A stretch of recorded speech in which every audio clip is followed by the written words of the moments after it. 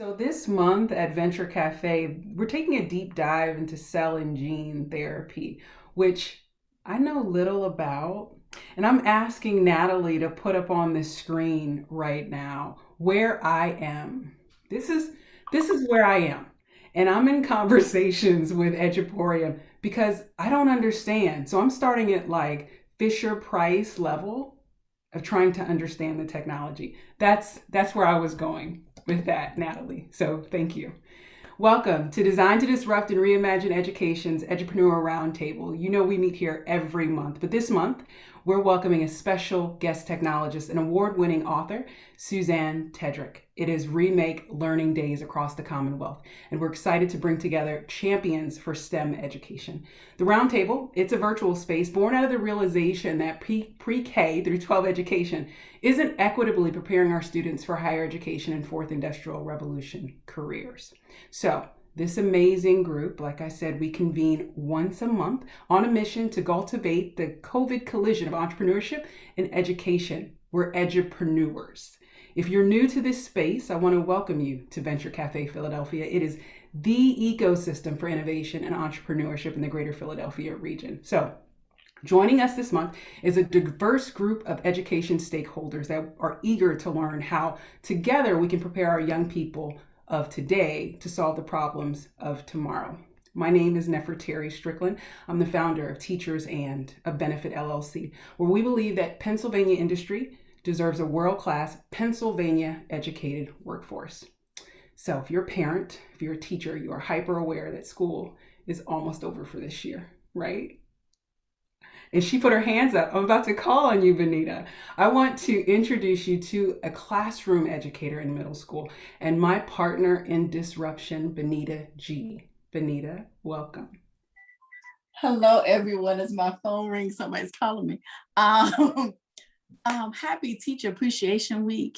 My name is Benita Gordon. I'm the Education Concierge. I'm the founder of Global Education Concierge, where we do all things of and for education. And the quote that I keep getting in my inbox and on my Instagram today is, if you have to give me a week of appreciation, that means you don't appreciate me.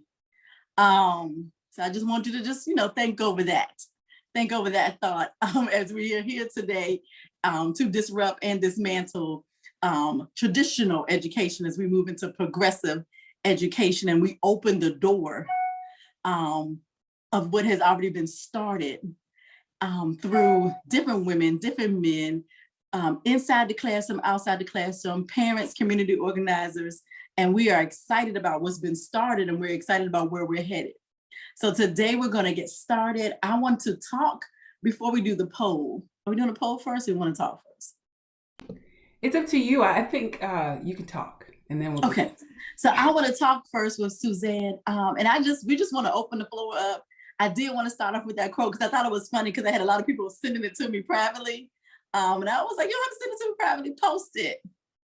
Post. Why do we need a Teacher Appreciation Week? I personally am celebrating the entire month. It's also my birthday month, so I'm just going to celebrate the entire month.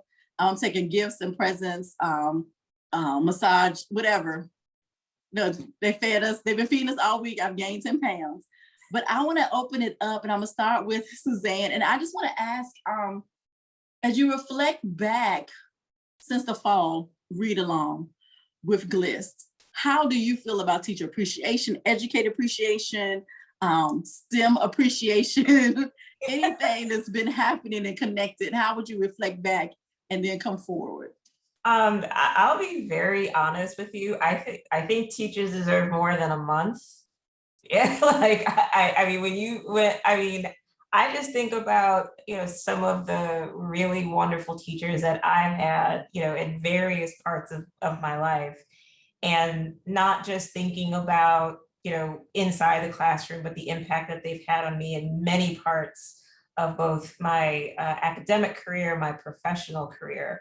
And, I know that people talk about teachers being the unsung heroes, but I mean, the work that you do is so vital, so important. You need like a whole year of celebration and appreciation. And you're right. I've always been of the belief that you should tell people that you appreciate them every chance you get. No matter if it's a week, whatever the case may be, you should always tell the people that are closest to you and that mean the most to you how much they mean to you. I think since the fall read along, I think it just re-emphasized for me how important it is for teachers in this conversation about STEM. Basically being there to not only be those teachers, but to be the mentors and to demonstrate what the art of the possible is in terms of what a STEM career can look like. I believe that teachers have such a power to kind of unlock potential in so many, and to help people on the right path. And since our conversation, it just made me more and more appreciative of the hard work that teachers do. Thank you. And I just want to open the floor up quickly to anyone else that wanted to add or interject. Don't be shy. Well, I was about to say, I hope no one's arguing with me, like not to give teachers a whole year. So the only argument I have, I don't. It's just the increased pay. Like that's been a big thing. That we have been, I know for me personally, like now has become, and I've been in this for 23 years. And all of us, I don't know why all of a sudden this year, I was like, I am really poor. Like, this is not okay. But just it's definitely increased the pay. And I think this is the first year where I applied for different positions and I was told, we're only gonna pay you for 7 of your 23 years. And I told them, you guys to be tripping. Like literally that's what came out of my mouth. In the meeting, like professionalism went out of the window. But I do want us to start the post. I'm gonna give a few minutes to go. Benita, can I add that? Because I'm looking at the Brady Bunch view and I see heads nodding, I see laughing, right? And they're not on the screen. You all are not gonna be on the recording. So I'd like to ask, so increased pay. I second that for educators and me too, by the way. What else do you need? If you don't want to come off of mute, drop it in the chat. If you're an educator, what else can we support you with? Help us understand.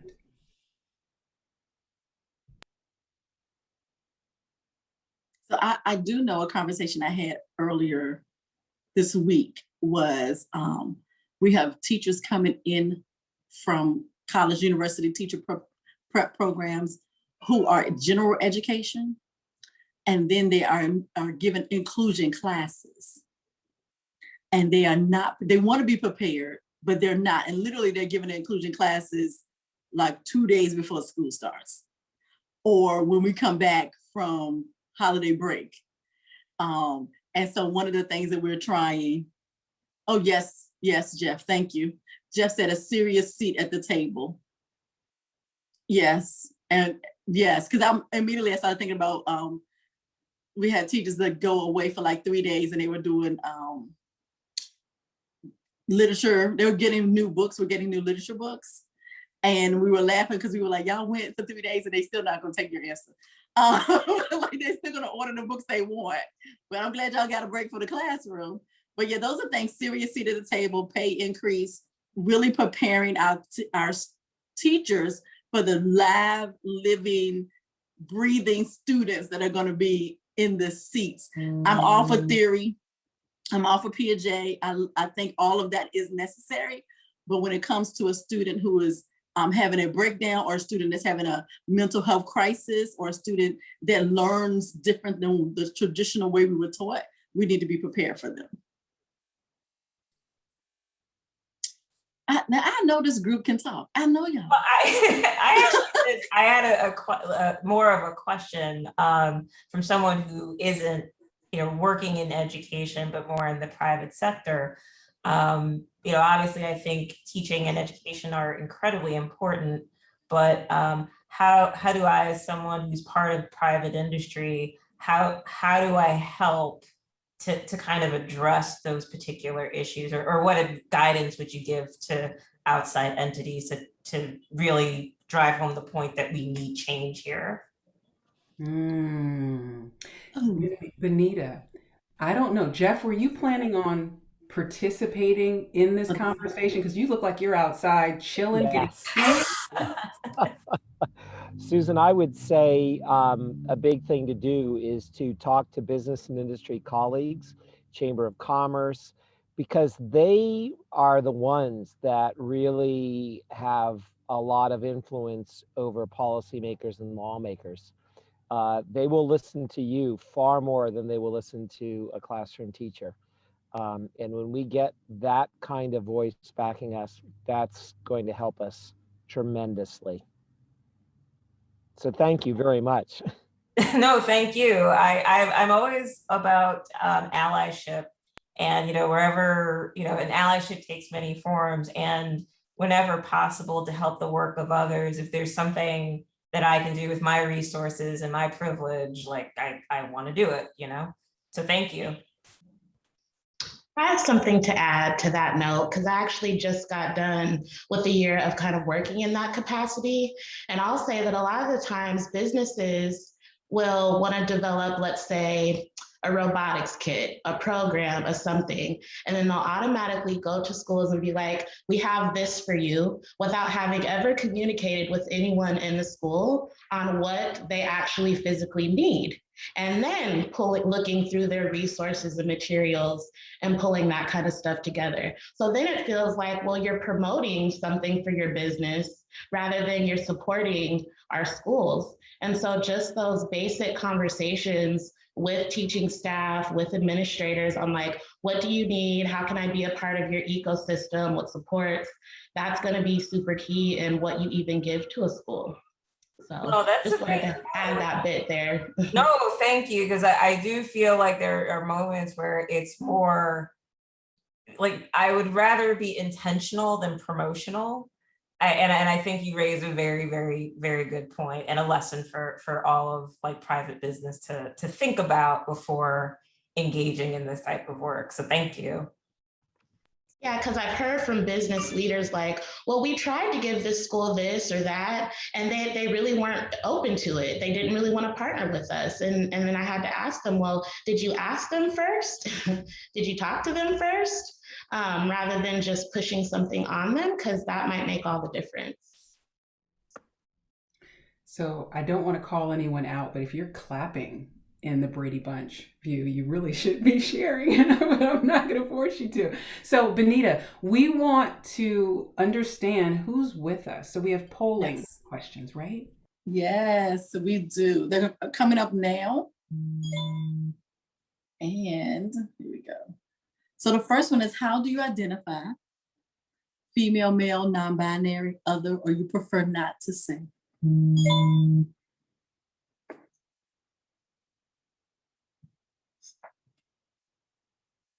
Okay. Females and males today. Thank you. Our next question is going to come up. How do you identify student, parent, educator, interested community member? And I know these are overlapping, so pick the one you feel the most led to today.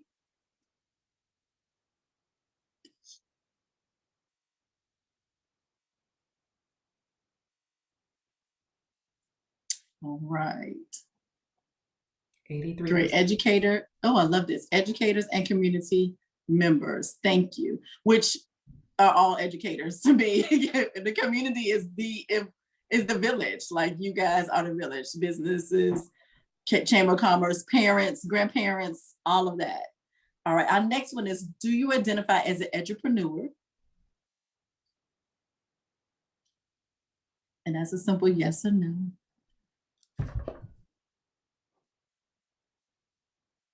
Okay. Oh, great. All right now. Yay. And those of you who are no, you probably are just an entrepreneur and you don't know it yet. So we're going to get you to swing over. Well, and then the next question is about, right? Oh, there it is. Do you identify as an intrapreneur? And this is really important. In industry, this is, a buzzword in terms of internal to an organization. You have that entrepreneurial mindset, and we're seeing that heavy in education.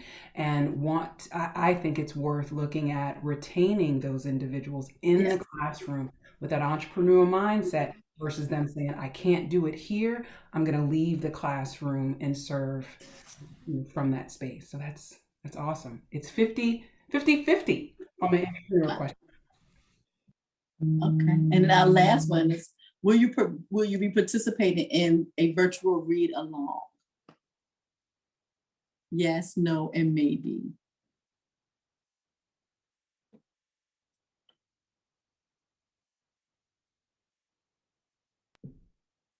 Okay. Yay! Right, Some no babies, that's problem. okay.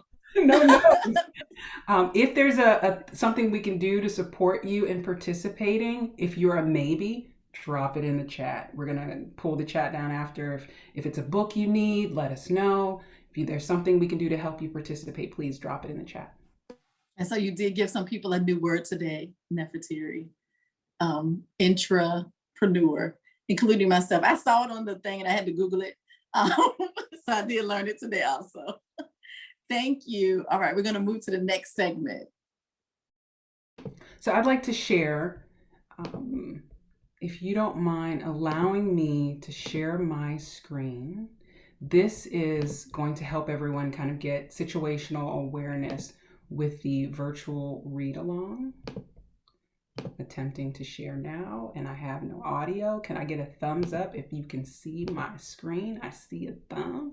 All right, so we kick off today during Remake Learning Days, and for the next 3 weeks, we will be conducting a virtual read along. This is the first time that we've executed at this level, so we'll be building the plane as we fly, laying the asphalt as we drive, right? So first week, this week, going into next Thursday, chapters 1, 2, and 3. The following week, 4, 5, and 6, and then we're kind of going to compact the last 4 chapters in week 3. But the 10th chapter is all about like the joy of giving back, so it's not even going to feel like 4 chapters, right?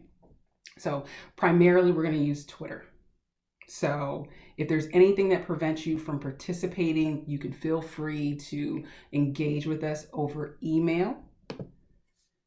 Chapters 1, 2, and 3 this week. So we're looking at the current state of women of color in tech, the different flavors of tech careers, and industry and other options. Twitter handles are on the right-hand side, those that are primarily engaged, including our author, myself, Easel for Tomorrow, and Remake Learning, which is like the overarching organization that is conducting these activities. So thank you to everyone who is working with us, including Venture Cafe Philadelphia, powered by the Science Center, who's allowing us and giving us this virtual space today.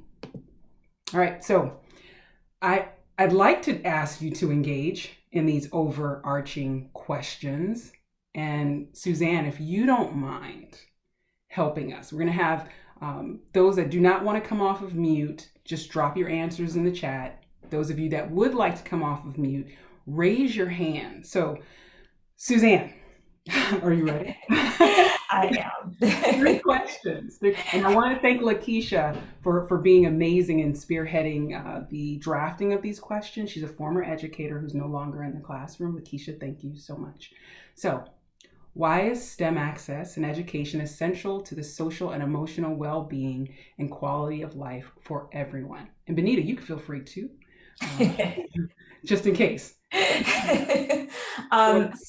So when I look at this question, I think of it in 2 very distinct spheres. So first, I think about the primary audience that I talk about, which is women of color. Women of color, not just in technology, but in so many other male-dominated industries, are often left out of these opportunities.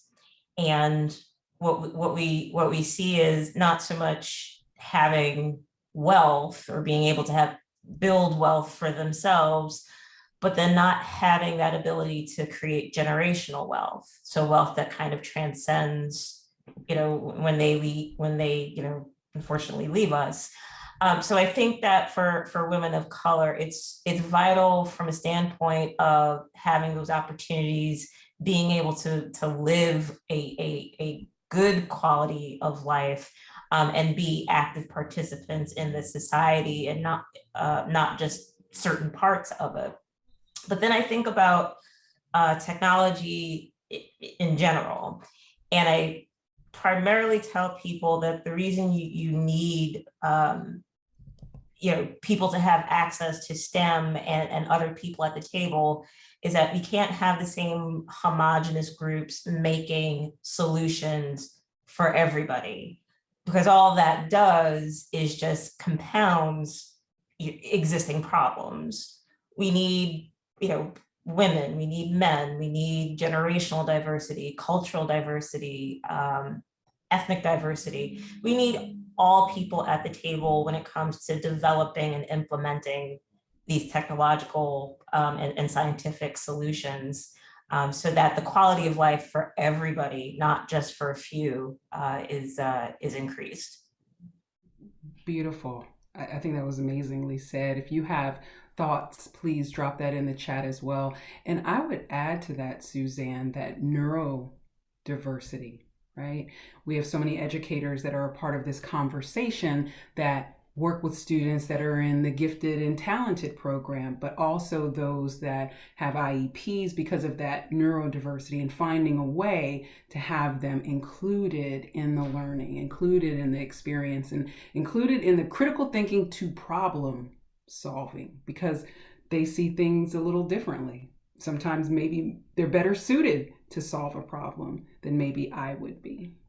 Yeah, no, I agree. I mean, I constantly tell people, you do not want me to write a program for you in any way, shape, or form.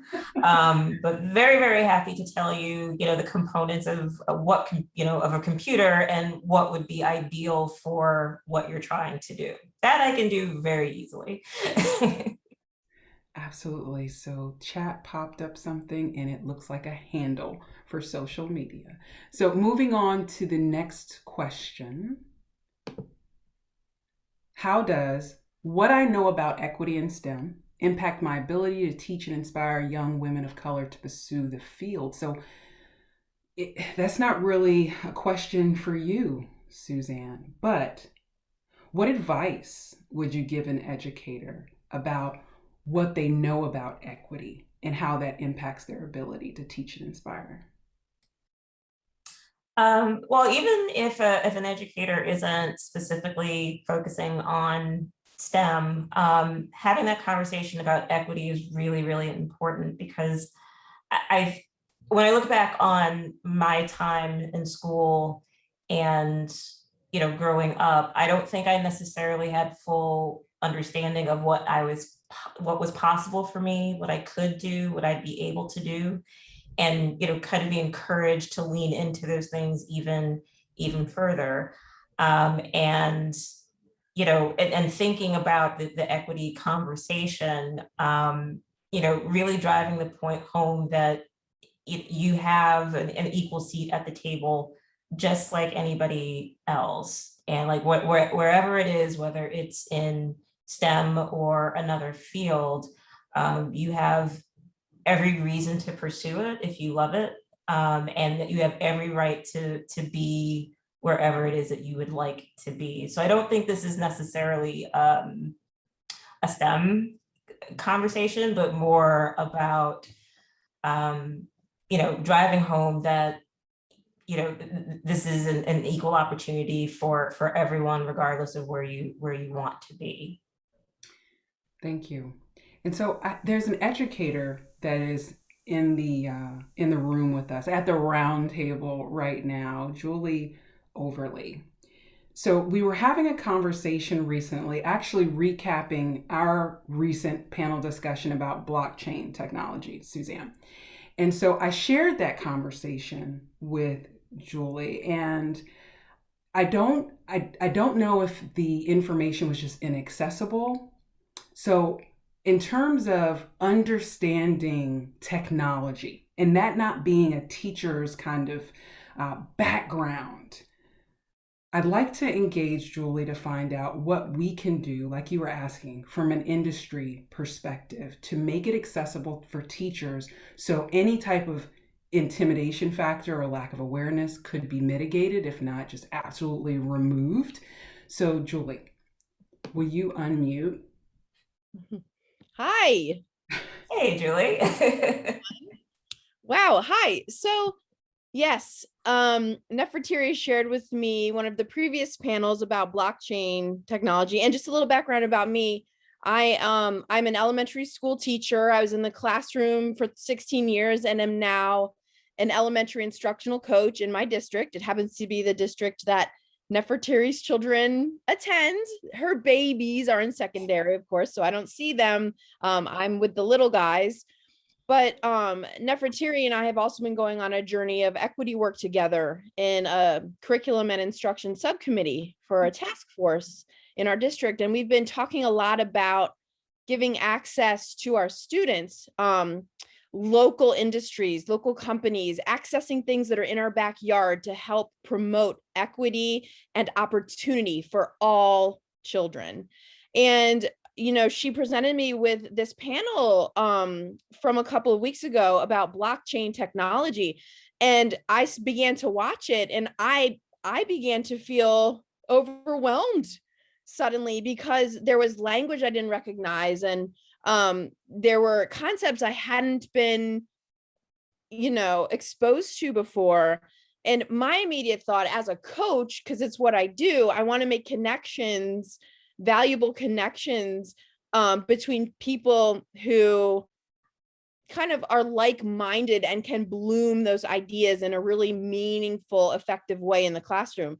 So my personal panic was that I don't understand the technology. I don't understand the language. I need someone to help me close that gap. My head is with 5 to 10-year-olds.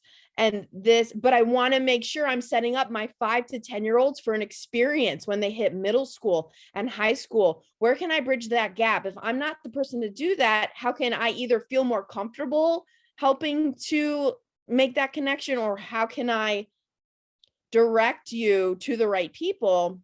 And actually what Lakeisha said earlier really resonated with me, kind of tapping into the resources within the district who are operating in that realm and really saying, I've got this thing, I've got this product, I've got this idea, I've got this resource.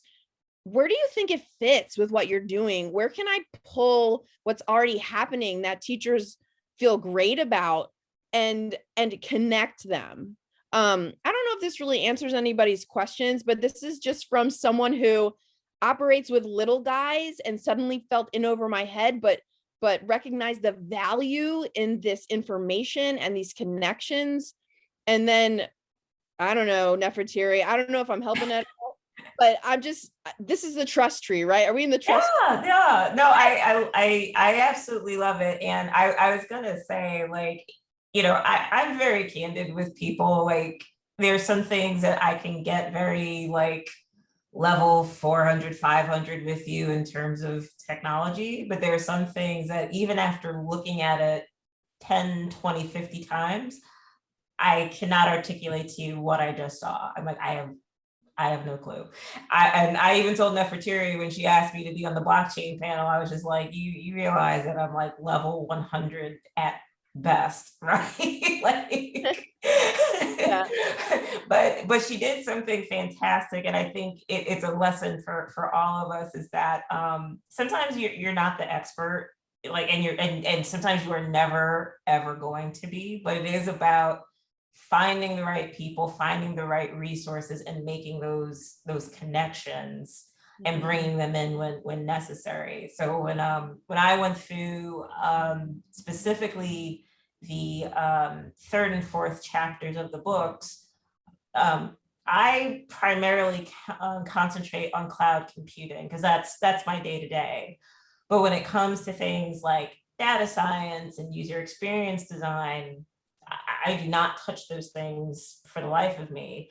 So I was like, yeah, I need to find other people so that I have a modicum of a sense of what I'm talking about. And the same is true here. Like as educators, you carry on the burden of so much that expecting to be like a blockchain consultant on top of it, I'm like, yeah, that's making me sweat. Just hearing the vocab is making me sweat. like that's ridiculous. Yeah, so it's definitely a matter of finding the people and the resources. And to Lakeisha's point, it's not about like if you're engaging professional organizations or private industry, it should never be about them, but rather who are we serving? Who is my core audience? It's the kids, and that is the only thing that you should be thinking about. Mm-hmm. I would love to step in because I actually have a story that is not only related to what we're talking about, but I saw Patrice, I think your name was, say it starts at a young age, and Julie, you talking about you working with the younger kids. And sometimes we know STEM is not the entry point to this stuff. Pure inclusion and acceptance is. So I want to share, and I told Neferteri this story a little bit ago, something that's happened in my family and for my kids at their school. I have a 2-year-old, he'll be 3 on Monday, and I have a 3-year-old, and they go to preschool. In major, my 2-year-old's class, the teacher, the homework assignment was to send a book that we felt was really important in our family. I thought, you send the book, they just read it in class. Now, I was super intentional on the book. This is the book that I chose, called Cool Cuts. It's all about hair and different textures and all of that. And the reason I chose this book was not only for my son, who has very curly hair, but he has like this squad of kids that he hangs out with. And the class is super diverse, you guys. I mean, there's a little bit of everything. So I intentionally chose the book for my son and the other students of color in the class. I just thought it would be read. Not only did the teacher read the book, we have an app where they send pictures of what they do throughout the day. So I see on the app, she did a whole lesson on empathy and acceptance, and the kids created self-portraits and used different textures to create these self-portraits with their hair. And it was directly related to a standard about acceptance and acknowledging differences that does exist in the early childhood age. And that was just so meaningful to me because it was a partnership between the teacher and the parent. My voice was heard in terms of something I wanted to see in a classroom. And a teacher actually asked something of me and utilized something that I gave them in a very meaningful way. And I thought, wow, man, this is possible. This teacher-parent partnership is so possible. And it was just an amazing thing that happened this week. And I think that is the entry. When we create environments and conditions of acceptance, being welcoming, then the STEM stuff will come. But especially for those younger kiddos that we're starting to really build their confidence, their feeling of self-worth, even at the age of 2, 3, 4 through 5th grade, like, so key. So I just wanted to share that story because I felt like it was related to what we were talking about, and it really was an awesome highlight to my week. So no, that's awesome, Lakeisha, and you're absolutely right. You really need that foundation. And someone actually, Jeff, you put it in Maslow's before Bloom. Like, there's certain levels that need to be met before you can even introduce introductions on other topics, be it STEM or something else. So if you do provide an environment where people feel safe and that they can be vulnerable and that they can grow, the sky's the limit. Jeff, that was profound, not just before, but together. If you really think about that hierarchy and then that kind of wheel at what level, that's pretty compelling. That just gave me a project. Thanks. So I'm looking in the chat and I see teachers don't know what they don't know. It's about starting with some exposure to just bringing it to the forefront. So you're welcome, Julie. You will be a blockchain specialist at some point. And then I did see a message from you, Jeff, that will lead us into this next question. If you would love to engage with Suzanne, that would be awesome. So you put in the chat, in my school, it starts with scheduling and boy and girl mix in the classes. Girls feel intimidated if they're at an imbalance in a boy-heavy room. And this next question is, why is STEM access and education essential to the social and emotional well-being? Is that the first one? Is that the last one? Can I get a nod? I didn't read that one already, right? That's the first one. Yeah. I'm like, why is this? Okay. Did I? Yeah. Okay, we can't even edit that out. We can't even edit that. So let me think of a question. I'll stop sharing and I will think of a question. So because Neferteri, do you mind if I jump in really quick? That would be helpful. While you think of that, like, I think that was meant to happen because that's where I'm stuck at. I was still stuck at the first question, even though the conversation moved on. I couldn't get to well-being because I'm stuck at social and emotional awareness and acceptance. And I think that a lot of our communities, particularly communities of color, social emotional is a non-starter for the conversation. So to me, that's not even the entry point yet, right? It's the awareness and the acceptance part of how are we having dialogues around that piece. And then I started to like, all right, well, let me, is it important to our community, social emotional well-being, accepted, believed, and prioritized by our communities? And then my mind tried to go to the second question to try to wrap my own head around it. And Neferteri, that right now I'm all about fixing your face, not your face, but like my own, like fix the way that you're saying things, because what you say has power and influence. And so is it that girls need to be inspired to get into STEM, or is it that STEM needs to create more acceptance and structure and systems for girls and women to thrive in STEM? And so what I don't want to see are more programs to get girls excited about STEM. What I want to see is more education of current STEM systems and professionals to make space for women. And that's, to me, where the work is, right? It's not on putting the responsibility on the girls to get interested, remain interested, find the entry points, find the programming, remain inspired through all that, and then get to college, and then go through college, and then graduate, and then get into the STEM field. Yeah. That puts all the responsibility on the person we're trying to serve, not the people holding the inequities in place. Daniel, that's really profound. And I guess I didn't think of it necessarily in that respect. So I agree with you in that the industry, systems, processes, people fundamentally need to change in order for girls and women of color to feel comfortable in those fields.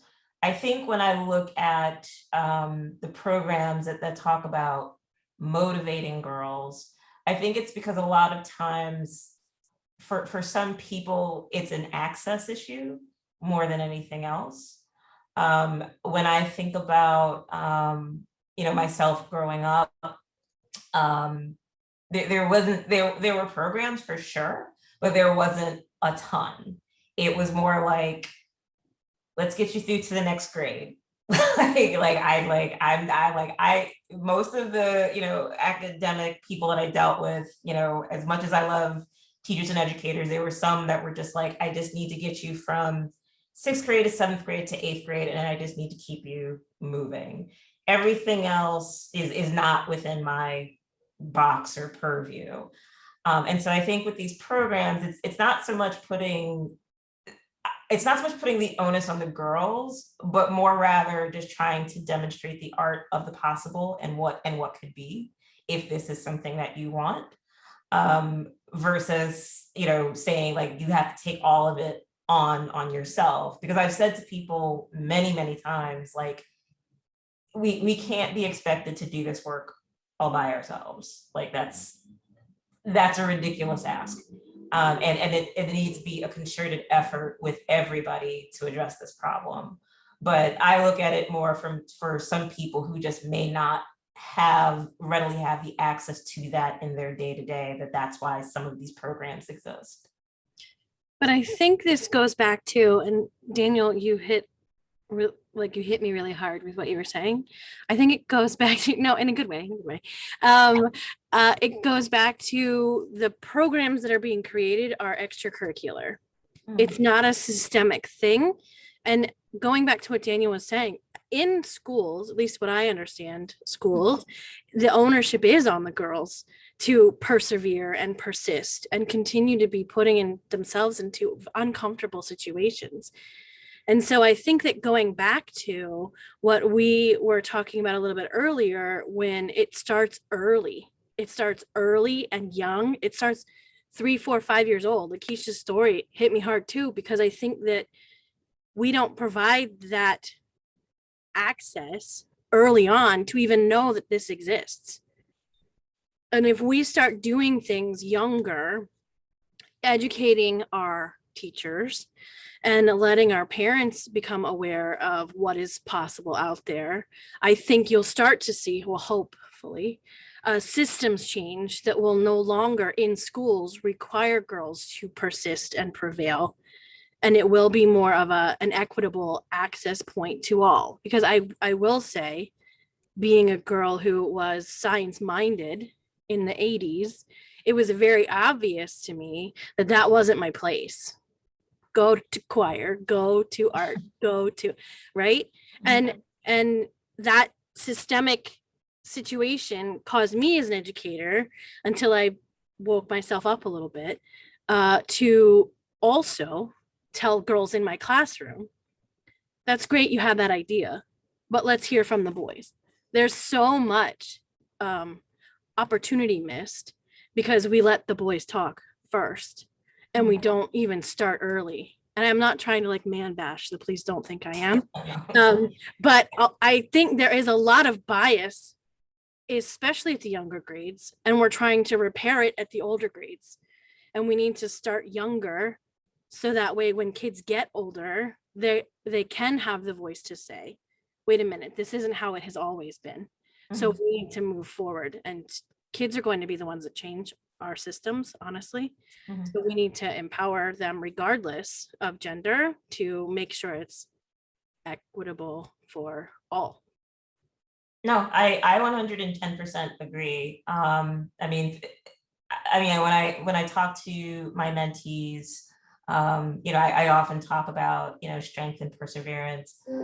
I would really love for there to be a day where I don't have to have that conversation, where all I can just say is, okay, go to class, do your work, study, and not have to have those other conversations. That will be the ideal place that I want to get to. And you're absolutely right. It does need to start younger, because by the time you become, young adult or an adult, it's like, you've already experienced things, you've already experienced bias, you've already kind of accumulated stuff, for lack of a better word.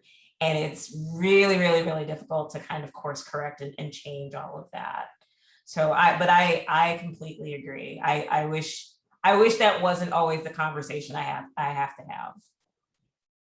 So Suzanne, I have a question for you then. Just thinking about the words we choose to use, right? And I'll give an example. So I don't know, a couple of weeks ago, last week sometime, I was listening to this amazing dialogue that was taking place virtually, of course. And they were talking about the power of the words we choose to use, which is something that I preach all the time and really deeply believe in. And so, when you're trying to reach for that perfect example and you just can't quite find, this amazing dude was like, here you go, my friend, what you've been looking for. And he said, this is what you get when you don't use the right words, from funders, for example. And the example he gave was, Black and brown folks are less likely to get bank loans. So then what you get when somebody hears that, you get, oh, So then what we need to do is create financial literacy programs and then bring them into Black and Brown communities. And so now you have all these financial literacy programs, when really the statement should have been, banks are less likely to give Black and Brown folks loans, right? So now we have a different conversation, right? Now we're not talking about making Black and Brown, yeah, I'm financially literate, but I need you to give me the money, right? Exactly. So, it's like, I so know what about are stocks those, and bonds, you know? yeah, so what are those conversations that we're having that you don't want to have anymore, but unfortunately you're in the spaces, so you're hearing them, right? So how do we fix our faces so that we're not perpetuating these same incorrect language that leads to incorrect programming?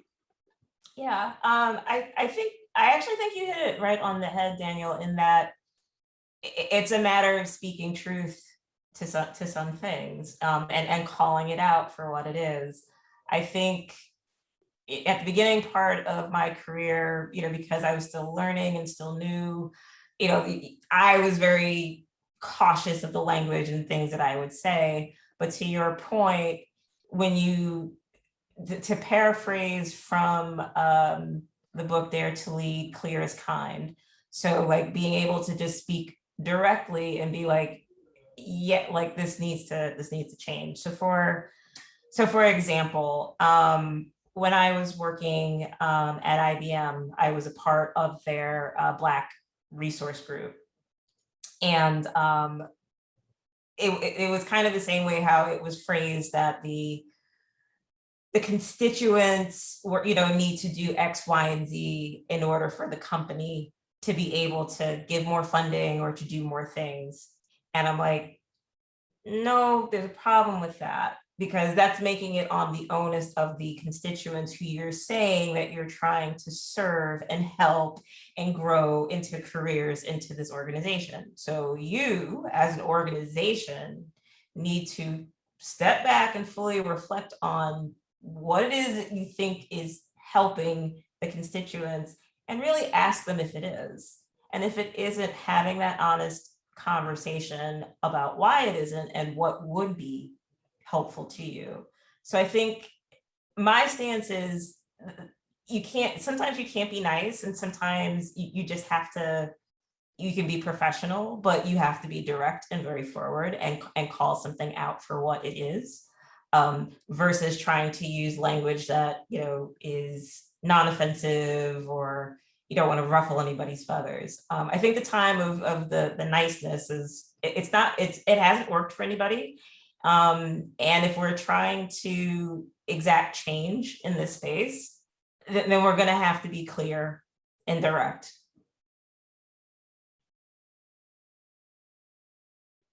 Word. Word. So something's been on my mind lately, and I've brought it up to a few of you all, and that lies around language, that also lives in a space where it's about the intention to solve a problem. And Daniel, don't mute yourself and go away too soon, because it's about this grant for proposal. It's a call for proposal with the grant.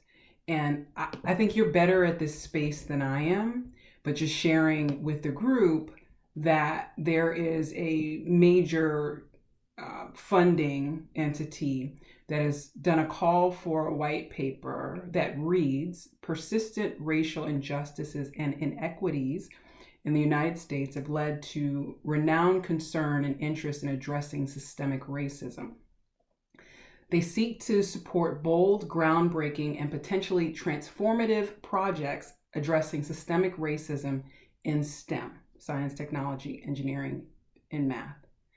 So they want a solution, or willing to fund a solution. And that brings us back to this kind of education, innovation, entrepreneurial kind of dynamic. So what's the problem that we're attempting to solve for, that a grant is going to empower a group of individuals to solve? So what's the problem in STEM education with regards to race and inequities? What isn't the problem? Yeah, because I think a lot of this starts with narratives. Like, what are all the narratives that are out there, and who continues to perpetuate them? And how do we that are trying to dismantle those systems also inadvertently hold them in place? I think it starts with narratives. But I'm highly skeptical of that. Who's going to get that money? Because we're talking about NSF here, and with one hand they show you something, but down here they're up to other stuff, right? This is, to me, a checkbox thing. I don't trust NSF, straight up. I don't trust them to have good intentions with this proposal, accepting of proposals. So now the named entity, thank you, Daniel.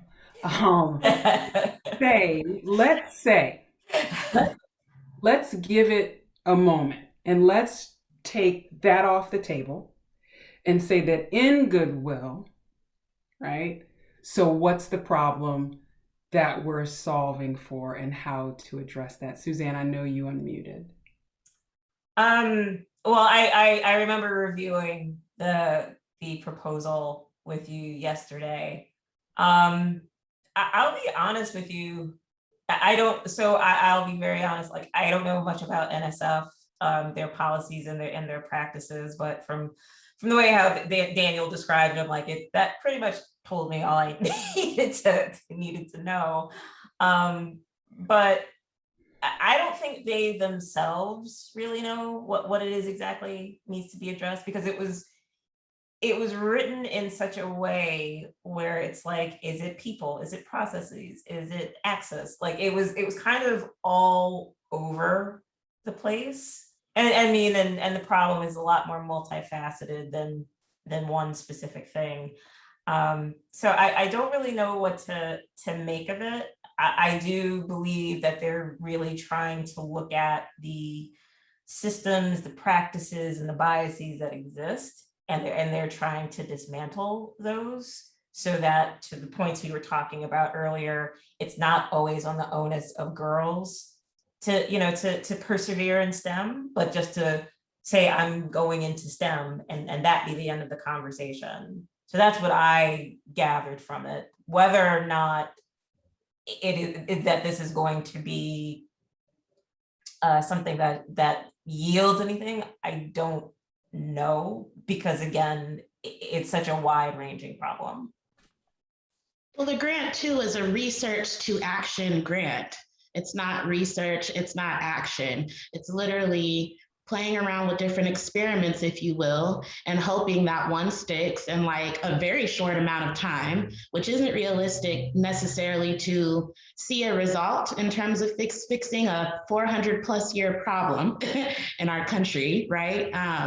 But I think that when you look at the wording of research to action, the whatever you put out there needs to have both of those elements in order to receive the grant. What is your research going to be? What are your checks going to be? Your fidelity checks? What problem are you going to solve? How do you know if you're going to solve it? What's your timeline? It has to be like both elements in order for you to even have access to this money. But I'm also going to post in the chat another grant that has been sent to me recently. The cool thing about this is that they actually have said 50% of recipients will be people of color, Black people specifically, and they've actually hired a community board of students and teachers and parents to judge who will be getting the grant. So I'm going to pop that grant link into the chat, because I thought this is what I could go for, because the premise of how they are doing it is legitimate and aligns with my core values. So I'm gonna pop it in the chat for you guys to take a look as well. So understanding that these are conversations, everything we've discussed are conversations that are happening outside of the classroom. And occasionally they creep their way in. Suzanne, how can educators use your book as they read along and think about when they go back to the fall, how they can use the book? How would you like them to use the book as a tool to have hard conversations with their students, with their girls of color specifically, about their future?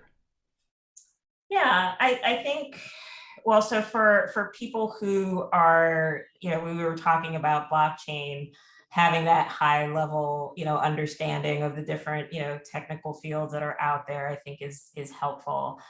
When it comes to the specific issues and challenges, when I think about women of color, I would like the book to just, for some, really just kind of open your understanding of it, because I'll be honest with you, there were people in my circle who were even wondering, like, why do we need a book that talks about trying to bring more women of color in the tech industry? And so there's a lot of people that still have this mindset that, like, oh, because I'm here, then there is no problem, that there's no bias, there's no aggressions, there's none of the stuff that I talk about in the book that goes on. And I'm like, no, it really does.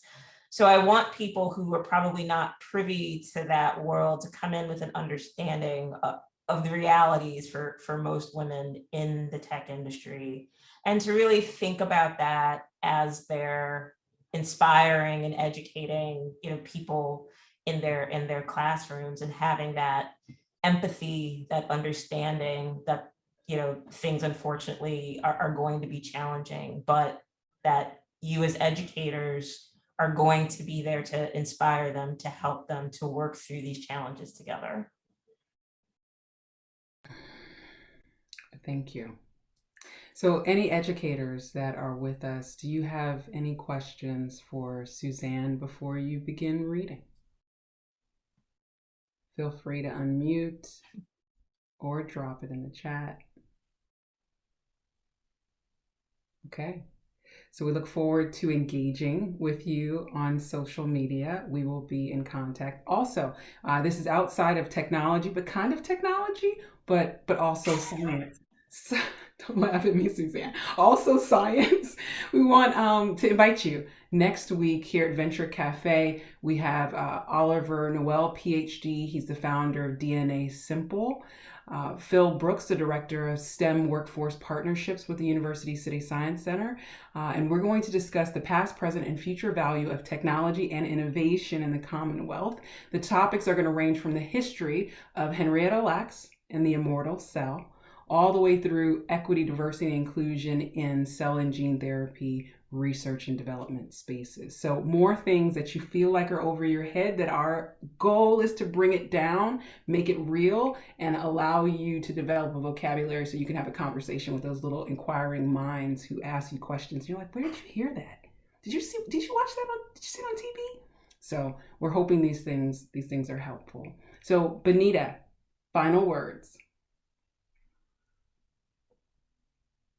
Oh, she's on mute. Suzanne, we're going to give it to Suzanne. I mean, I'm always grateful and thankful, not only for people for reading the book, but spending time with it, asking questions, leaving critical feedback, good or bad. I just want to thank you all for investing time in this and for the next couple of weeks. And please do not hesitate to reach out to me for questions or just to have a dialogue. I would really love to hear from you. Benita gave us a thumbs up. Thank you, Suzanne Tedrick, the author of Women of Color in Tech. We will see you soon, and all the hands clapping.